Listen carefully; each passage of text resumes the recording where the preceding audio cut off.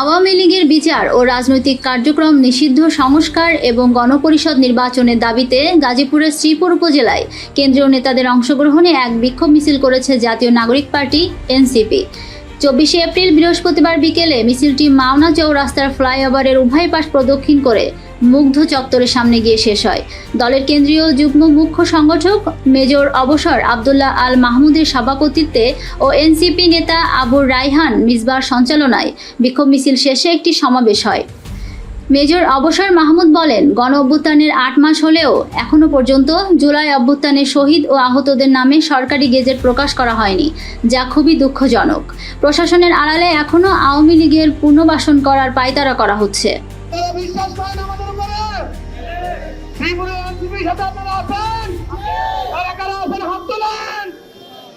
কিন্তু আমরা দেখেছি বিএনপি সহ অন্য কয়েকটি দল তারা সংস্কারের সম্পূর্ণ বিরোধী অবস্থানে থাকে।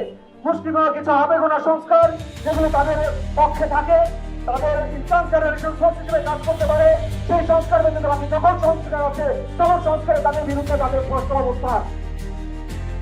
সেই ক্ষেত্রে এনসিপির পক্ষ থেকে আমরা সংস্কারের কথা বলছি, মৌলিক সংস্কার ব্যতীত আমরা নির্বাচন চাই না।